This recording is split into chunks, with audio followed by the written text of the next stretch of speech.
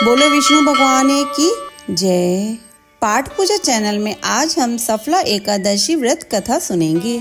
श्री युधिष्ठिर बोले, हे भगवान, पौष मास की कृष्ण पक्ष की एकादशी का क्या नाम है? इस दिन कौन से देवता की पूजा की जाती है? वह विधि क्या है? यह सब समझाइए। श्री कृष्ण भगवान बोले, हे राजन, मैं आपके प्रश्नों का उत्तर देता हूँ। दान देने वाले की अपेक्षा मैं व्रत करने वाले से प्रसन्न हूँ। अब आप इस एकादशी व्रत का महात्म्य सुनो। पौष मास की कृष्ण पक्ष की एकादशी का नाम सफला एकादशी है। इस एकादशी के देवता नारायण हैं।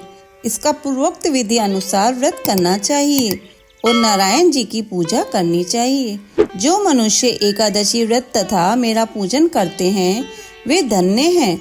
सफला नाम की एकादशी में मुझे ऋतु के अनुकूल फल अर्पण करें, अर्थात नारियल, नींबू, अनार, सुपारी आदि और धूप, दीप, पुष्प आदि से मेरी 16 प्रकार से पूजा करें।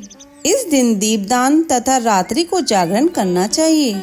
इस एकादशी व्रत के समान यज्ञ, तीर्थ तथा दूसरा कोई भी व्रत नहीं है।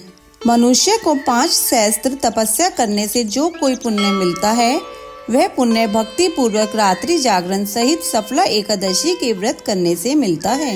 हे राजन, अब आप सफल एकादशी की कथा ध्यान पूर्वक सुनिए।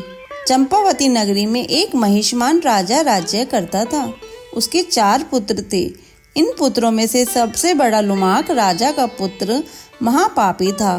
वह सदैव पर स्त्री गमन तथा वैश्यों के यहाँ अपने पिता का धन नष्ट किया करता था। वह देवता, ब्राह्मण, वैष्णव आदि की निंदा किया करता था। जब पिता को अपने बड़े पुत्र के बारे में समाचार ज्ञात हुआ तब उसको अपने राज्य से निकाल दिया।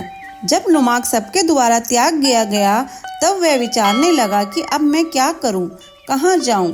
अंत में वह दिन में वन में रहने लगा और रात को अपने पिता की नगरी में चोरी तथा अन्य कुकर्म करने लगा। जिस वन में वह रहता था वह भगवान को अत्यंत प्रिय था। उस वन में एक बहुत पुराना पीपल का वृक्ष सब देवताओं का क्रीड़ा स्थल था। इसी वृक्ष के नीचे लुम्पक रहता था। कुछ दिनों के पश्चात पौष मास के कृष्ण पक्ष की दशमी के दिन शीत ऋतु होने के कारण वह मूर्छित हो गया। रात्रि को न सो सका और उसके हाथ पैर अकड़ गए। उस दिन वह रात्रि बड़ी कठिनता से बीती, परंतु सूर्य नारायण के उदय होने पर भी उसकी मूर्छा न गई। सफला एकादशी के मध्य तक वह दुराचारी मूर्छित ही पड़ा रहा। जब सूर्य की गर्मी से उसे होश आया तो वह अपने स्थान से उठकर वन से भोजन की खोज में चल पड़ा।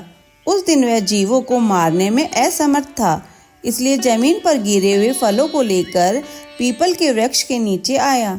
जब सूर्य भगवान अस्ताचल को प्रस्थान कर गए तब फलों को पीपल की जड़ के पास रख कहने लगा कि हे भगवान, इन फलों से आप ही तृप्त होवें। ऐसा कहकर वह रोने लगा और रात्रि को उसे नींद न आई। इस महापापी के व्रत तथा रात्रि जागरण से भगवान अत्यंत प्रसन्न हुए और उसके समस्त पाप नष्ट हो गए। प्रातः ही एक दिव्य घोड़ा अनेकों सुंदर वस्तुओं से सजा उसके सामने आ खड़ा हो गया और आकाशवाणी हुई कि हे राजपुत्र, भगवान नारायण के प्रभाव से तेरे समस्त पाप नष्ट हो गए हैं। अब तू अपने पिता के पास जाकर राज्य प्राप्त कर।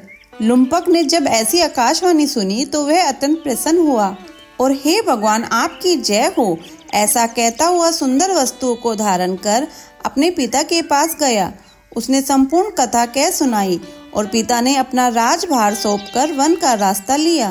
अब लुम्पक शास्त्र अनुसार राज्य करने लगा। उसके स्त्री, पुत्र आदि भी परम भक्त बन गए। वृद्धावस्था आने पर वह अपने पुत्र को गद्दी दे भगवान का भजन करने के लिए वन में चला गया और अंत में विष्णु लोक को गया। भक्ति पूर्वक जो मनुष्य सफला एकादशी का व्रत करते हैं वे अंत में मुक्ति पाते हैं। जो मनुष्य भक्ति पूर्वक सफला एकादशी का व्रत नहीं करते हैं वे पूंछ और सींग से रहित पशु तुल्य हैं। सफला एकादशी के महात्म्य का पठन व श्रवण से अश्वमेध यज्ञ का फल मिलता है। कथा संपूर्ण। अगर आपको ये कथा सुनना अच्छा लगा हो तो इसे लाइक करके शेयर करें। चैनल पे नए हैं तो सब्सक्राइब करें।